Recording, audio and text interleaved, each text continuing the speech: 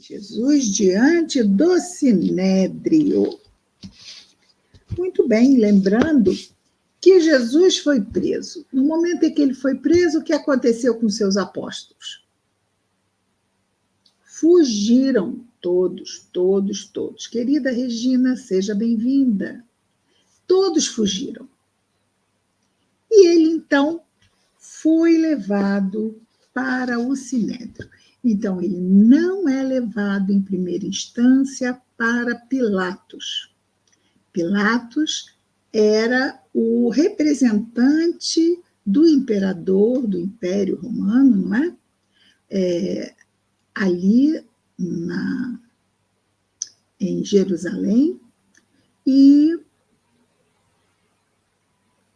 vamos dizer assim, o Império Romano deixava que os povos conquistados mantivessem as suas administrações, ok? As suas religiões, ele não interferia. Contanto, é claro, que os povos dominados pagassem os tributos e não fizessem nenhum movimento de insurreição contra o domínio romano.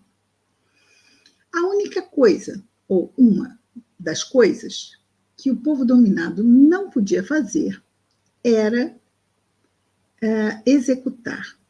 Só quem pode executar é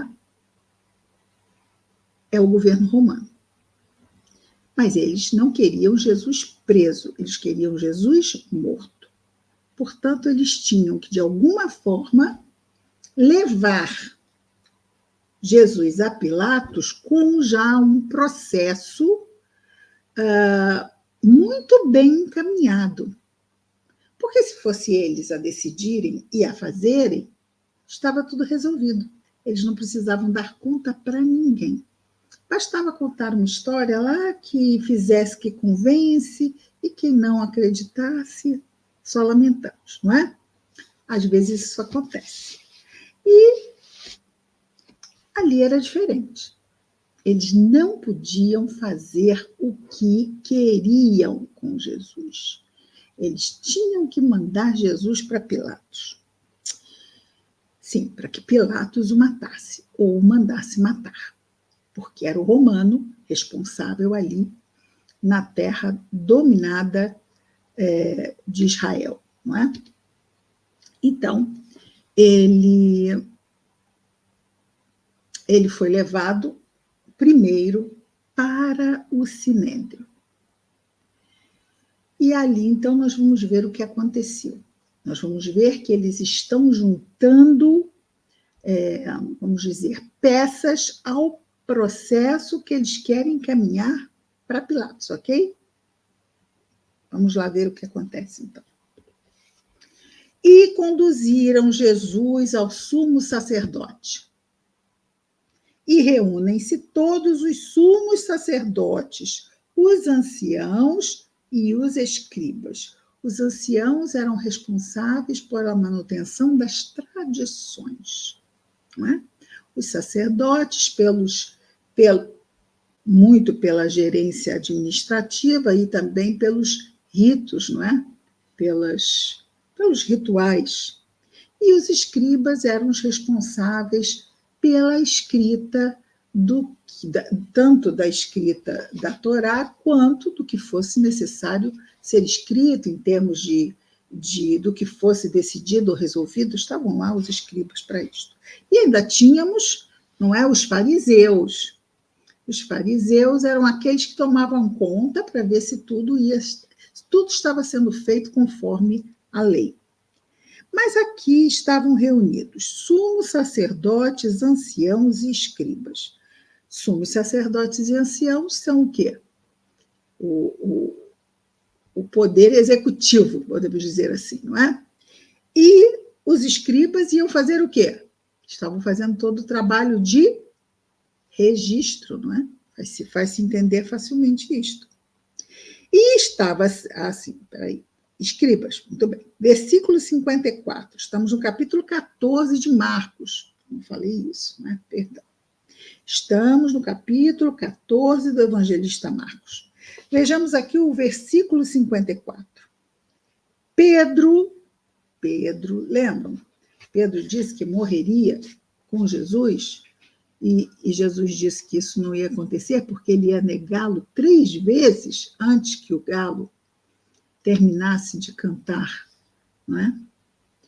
E Pedro disse que era um absurdo aquilo, não é? Aliás, Pedro gostava de chamar Jesus a atenção. E então, Pedro foi atrás de Jesus e meio que se misturou ali com os serviçais do Sinédrio. Então, nós vamos ver assim. Pedro o seguiu. Seguiu Jesus de longe até o pátio interior da residência do sumo sacerdote. E estava sentado com os servidores, aquecendo-se junto ao fogo. Para que ele fez isso? Para ficar de olho no que ia acontecer com Jesus. Os sumos sacerdotes e o sinédrio inteiro procuravam um testemunho contra Jesus. Olha lá, estavam montando um processo. Precisavam de testemunhos para que o processo ficasse consistente no que eles iam pedir a Pilatos, né, o governador. O sinédrio inteiro os sumos sacerdotes e o sinédrio inteiro procuravam um testemunho contra Jesus para o condenarem à morte, mas não encontravam, pois muitos testemunhavam falsamente contra ele, mas os testemunhos não eram iguais. Levantando-se alguns, testemunhavam falsamente contra ele, dizendo: nós o ouvimos dizendo: eu destruirei este santuário feito por mãos humanas e edificarei outro não feito por mãos humanas em 3 dias. E nem assim o testemunho deles era igual. E aqui vamos tirar o chapéu, porque parece que ainda havia pelo menos um resquício. Por mais que fosse mentira, ali estava sendo feito, não sei quem assistia, mas eles podiam simplesmente o quê? Armar, combinar os testemunhos, registrar só o que queriam e mandar assim mesmo. Não podiam. Será que foi isso que fizeram? Porque por fim mandaram. Por fim mandaram. Fato é que isso não estava batendo lá os depoimentos, não casavam, né, os depoimentos. Levantando-se então o sumo sacerdote, interrogou a Jesus, foi até o meio de onde estava ali Jesus, e interrogou Jesus dizendo: não respondes nada ao que estes testemunham contra ti? Ele silenciava e não respondeu nada. Ora, o que se responde quando alguém está mentindo? E a pessoa sabe que aquilo é uma mentira. Só que a mentira é o desejo de quem ouve. Não é? Responde-se o que é isso? Ele, então, calou-se. Muito bem. E não respondeu nada. Novamente, o sumo sacerdote o interrogava e diz a ele: tu és o Cristo? O Cristo é a mesma coisa que o Messias. Vamos lembrar que os judeus estão esperando o Messias até hoje, ok? O Messias é uma profecia do Antigo Testamento. E, então, quando ele se refere ao Cristo, Cristo é um termo grego para Messias, ok? Ele pergunta se ele era o profetizado, o enviado de Deus. Tu és o Cristo, filho do bendito? Bendito é Deus, não é? Jesus respondeu. Por quê? Porque ele deu testemunho da verdade. Aliás, para depois não dizer que ele não disse, né? Eu sou, e vereis o Filho do Homem sentado à direita do poder, vindo com as nuvens do céu. Isso é interessante, não é? porque ele já tinha dito isso naquele sermão profético, no final do sermão profético. Ele falou de descer com as nuvens. Pode-se especular tanta coisa que eu, particularmente, acho que o melhor é não especular nada. Porque nós pensamos assim, pode ser, pode ser, pode ser, mas continua sendo o quê? A mais pura e simples especulação. Nós dizermos pode ser, não transforma uma especulação em verdade e nós temos que ter cuidado sobre isso. Será que ele vai descer um disco voador? Alguém sabe? Pode ser. Mas, olha, pode ser. É a mesma coisa que pode não ser, não é verdade? Isso quer dizer o quê? Que não sabemos. Talvez a melhor coisa seja dizer o quê? Será que não sabemos. Mas ele está dizendo que vai vir, não é? Que vai ser visto. Ele vai ser, mas ele não disse quando disse. Às vezes a gente fica esperando que, então vai ser daqui a pouco. Não, mas Jesus não fala para seres encarnados. Jesus fala para espíritos imortais. Portanto, o quando é de somenos importância. O importante é que vai acontecer. Certo que vai. Ele é uma pessoa, é um espírito, é uma pessoa, que é um espírito puro. Então, quando ele diz que está sentado à direita do poder, qual é o poder? O poder é a mais alta instância de gerência. Quem é o governador do planeta? Se não ele, não é? Então, vejamos, ele está à direita do poder. Então, ele está ali na gerência. O poder é com ele mesmo. Acontece que quando a gente pensa em poder e lembra que muitas vezes quando o poder cai na mão dos homens, várias vezes não é bem utilizado, não é? Mas isso não acontece em hipótese alguma quando falamos de espíritos superiores. Então, quanto mais os espíritos evoluem, mais missões eles têm, e todas essas missões são executadas da forma mais iluminada, não tem outra palavra. Jesus agrediu quem enquanto esteve aqui para trazer sua mensagem? Ninguém. A quem ele humilhou, a quem ele foi duro, a quem ele negou, não, você não vou curar não foi com a sua cara. Ele não negou a cura a ninguém, até mesmo aos 10 leprosos, só um voltou. Assim, mas espera aí, eu curei 10, só volta um, cadê os outros? Só voltastes tu, cadê os outros? Mas ele sabia que tudo isso ia acontecer, mas ele veio para mostrar o seu poder, que diz assim, eu sou o que traz a mensagem, porque eu sou o profetizado, eu sou o Cristo, eu sou o Messias.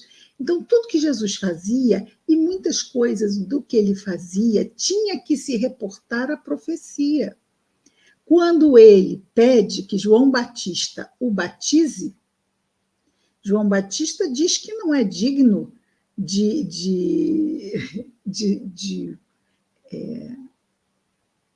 usar as suas sandálias, que dirá batizá-lo. E Jesus meio que o acalma, né? Tipo assim, olha, é isso que está escrito, vamos fazer como... Tranquilo. É isso que está escrito, vamos fazer como está profetizado? Fica de boa, está tudo certo. Quer dizer, óbvio, não foram as palavras literais de Jesus. Então, vindo com as nuvens do céu, o que nos traz a ideia é que, primeiro, alguma coisa que vai chegar uma hora e nós vamos ver.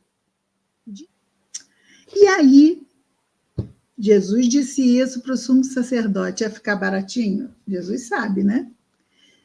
Se alguém está lá, todo no poder do mundo, todo no poder do mundo, com as piores intenções, e você fala algo que é simplesmente a verdade, muitas vezes paga-se o preço por simplesmente dizer a verdade, que a pessoa está sendo o quê? Errada. Mas como você ousa dizer que eu estou errado? Eu sou, né, o suprassumo do não sei o quê. Aqui é o sumo mesmo, né? É o sumo sacerdote, é o suprassumo sacerdote. Então, quando Jesus diz eu sou o Cristo, porque aí o sacerdote disse e enfrentou, encarou a fala de Jesus como uma blasfêmia. E como uma blasfêmia, ele fez o que se faz em casos de blasfêmia. Vejamos o que ele faz. O sumo sacerdote, rasgando suas túnicas, ele rasga a túnica de Jesus. A túnica é o que está, não é, embaixo. A túnica é como se fosse a roupa de baixo, ok? Aquela roupa que está embaixo do manto. Ele rasga. E este rasgar túnicas, ele aqui, olha. Aí vem aqueles nomes que eu não sei falar, nomes hebraicos. Aqueles que julgavam um blasfemo deveriam ficar de pé e rasgar suas vestes ao ouvirem uma blasfêmia. Okay? E é muito interessante, porque quando você rasga a roupa de alguém, o que você faz? Você tira desse alguém a sua dignidade. E quando você tira de alguém a sua dignidade, outras pessoas que estão em volta podem ver essa pessoa sem dignidade. E pode gerar uma onda de violência? O que vocês acham? Pode gerar uma onda de violência. E o que aconteceu com Jesus? Exatamente isso. Então, o sumo sacerdote rasga suas túnicas e diz: que necessidade temos ainda de testemunhas? Ouvistes blasfêmia. Que vos parece? Todos eles o condenaram a ser culpado de morte, porque ele fez a visão dele uma blasfêmia. E alguns, atenção, começaram a cuspir nele, a cobrir seu rosto e a esmurrá-lo. E diziam a ele: profetiza, profetiza. Os servidores também o tomaram com bofetadas. Ou seja, Jesus foi espancado.